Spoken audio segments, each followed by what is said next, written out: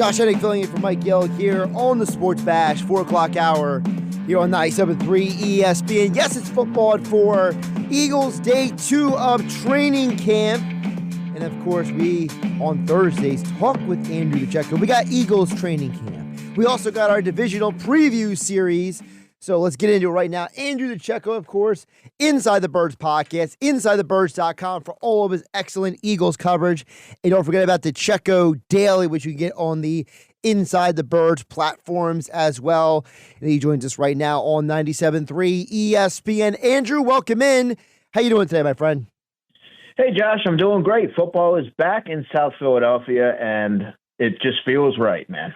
It definitely does feel right. So a couple things I want to hit on with you from today at training camp. You know, we played the Vic Fangio press conference a little bit earlier today, and one of the questions he was asked about is something, Andrew, that you had previously brought up last year about Cooper DeJean, about how he was asked about them using him at safety. And I want to get your perspective on this because you are someone who keeps a very close eye on the draft. You evaluate those guys every year. So knowing what you know about DeJean coming out of college and now looking ahead to what you're seeing from him the last 2 years, obviously last year he started the year injured, but this year he's all full go at training camp, is what they're doing with DeJean now more in line with what you expected him coming out last year? Yeah, it's a great question, Josh, and you have a good memory. When I scouted him and evaluated him throughout the draft process, I viewed him as a multifaceted defensive back that I thought his strength actually was at safety. I just think that his vision, his range, his anticipation and instincts really translates to that. He's also a tremendous corner, obviously, but to your question, yeah, I think that this is kind of more of what I envision because he's such a valuable asset to the defense.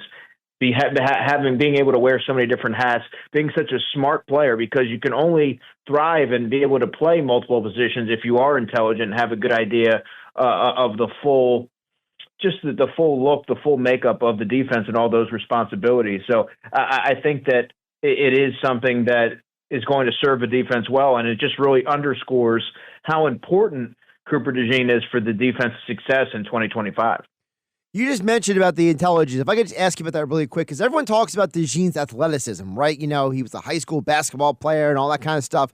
But is maybe DeJean's football IQ, could that actually be his most valuable trait?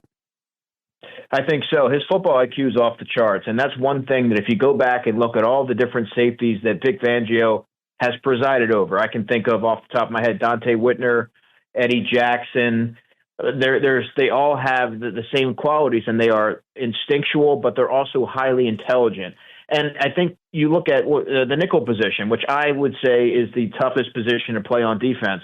You have to be intelligent because you have to know what all three levels of the defense are responsible for. You also have to, be able to account for different types of receivers because it's not only, the Chris Godwins that are playing in the slot. It's also the Mike Evans type of receivers, and you don't have the sideline. And so I just think that, you take all that into consideration, also his ability to come up there and play the run and be a willing and run support and be that physical player. Yeah, I think he really is such a well-rounded player, but at the top of the list has to be his football intelligence. Talking with Andrew DiCecco, of course, with that Eagles training camp today. Football at 4, powered by the Inside the Birds podcast. Check out all of Andrew DiCecco's coverage of the Birds over at InsideTheBirds.com. Sticking on the defense, got to ask you about Jihad Campbell. Fangio talked about how, that basically that what they were talking and showing him in minicamp is already seemingly translating onto the field the first 2 days at training camp. What are your takeaways from Campbell right now? Because it seems like if you're kind of like to pay attention to what Fangio is saying, it sounds like if Campbell keeps performing the way he is in practice, that he could be your week 1 starter next to Bond. Oh, yeah. I mean, we obviously have a long way to go, but all indicators are that he's ahead of schedule because the timeline we were all given back in the spring was sometime in August.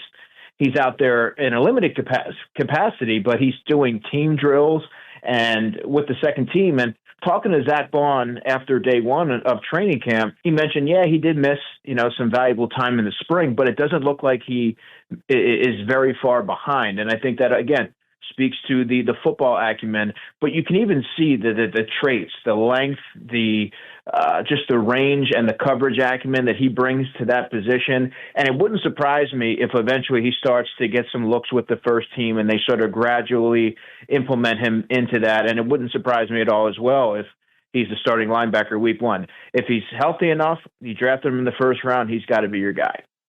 A lot of people on social media have been chirping and giving out opinions on Keely Ringo. I want to get your perspective, Andrew, because people might not remember this, but this was a 5-star recruit out of high school before he got to Georgia, and he's actually one of the youngest guys on the roster, even though he's been here for a couple years. So what is your perspective on him right now, early on in camp? Yeah, well, the star ranking and being young and all that, it doesn't really matter into this roster battle, this competition. It's about being consistent day in and day out and seizing opportunities.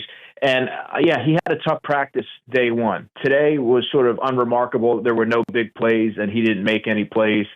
But it's going to be the ups and downs. You're going to constantly see Adoree Jackson and Keely Ringo, rotating back and forth. Keely Ringo started the first day, and then today he was, with the first team on 7-on-7s, and Adoree Jackson opened practice with the starters.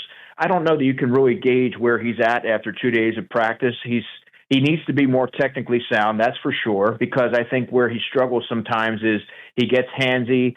Sometimes it looks like he has trouble stopping or finding the football, and those are things that you have to sit in, and you have to make sure that those areas are refined if you want to nail down a starting spot in any defense, but especially one with Vic Fangio presiding over it, who really prioritizes being assignment sound. It's never been about the athleticism when it comes to Keely Ringo.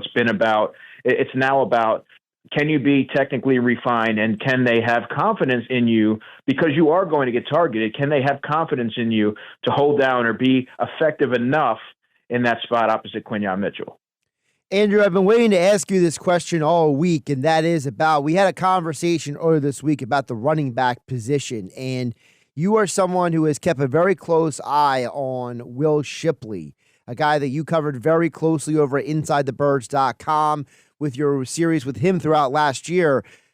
Is he in line, you believe, to be the primary third down back, or do you think he still needs to show that he can do some more things aside from being a third down back in order to become the bona fide number 2 behind Saquon? No, I think he is going to be the third down back and the change of pace. When you look at Saquon Barkley and what he brings, I think from the ideal complement to Saquon Barkley would be someone like Will Shipley, who has a lot of juice. He's explosive. He catches the ball well. Saquon Barkley highlighted his footwork. It's going to come down to pass protection and where he's at in that area of his game, and we'll find out more about that when the pads come on. Mm-hmm. But I just really think that he is the quintessential change of pace option, whereas A.J. Dillon, if Saquon Barkley were to miss a game or two, that he can handle volume. He would be the guy in that situation. But in game, Josh, I think that would be Will Shipley. And I mean, you just see the different dimension that he provides to the offense every time he's been in there, really since the spring. Check out more coverage of Eagles training camp. The corner competition continues over at InsideTheBirds.com. Andrew DiCecco here for Football at 4, powered by the Inside the Birds podcast. Andrew, before we get out of here, let's just do a quick overview of the AFC South that is part of our weekly series to previewing each division. Tell me, what are the teams you are keeping the closest eye on? Who is your favorite in the AFC South and why? Yeah, I'll be keeping a close eye on the Houston Texans. I really like C.J. Stroud. Obviously, he was probably anointed a little bit too quickly as being one of the more elite quarterbacks in the NFL, but I like his receiving core. Nico Collins. They drafted Jaden Higgins in the second round this year. Christian Kirk is there.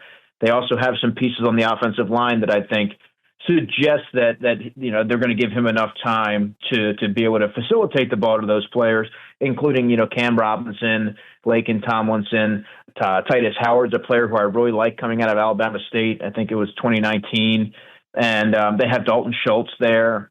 I think they have enough pieces offensively to keep that thing going. I also like the leadership of D'Amico Ryans. I think that he's really has left his mark on that team. There, he has a commanding presence and really good leadership. I can't really emphasize that enough. Without that foundation, you're not going to go anywhere, and they certainly have that solidified with him. And then defensively, you got guys like Will Anderson. I talked a lot about him going into the 23 draft. And Daniil Hunter's there, right? So C.J. Gardner-Johnson was traded there from Philadelphia.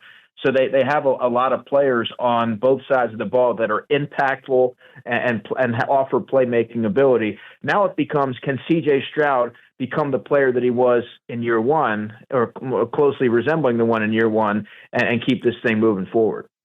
For more NFL coverage, follow him on the X platform at Andrew DiCecco. Of course, all of his work over at InsideTheBirds.com. And he joins us each week here on the Sports Special Football at 4 on 97.3 ESPN. Andrew, great stuff. Keep up the great work, my man. I appreciate it, Josh. Take care, man.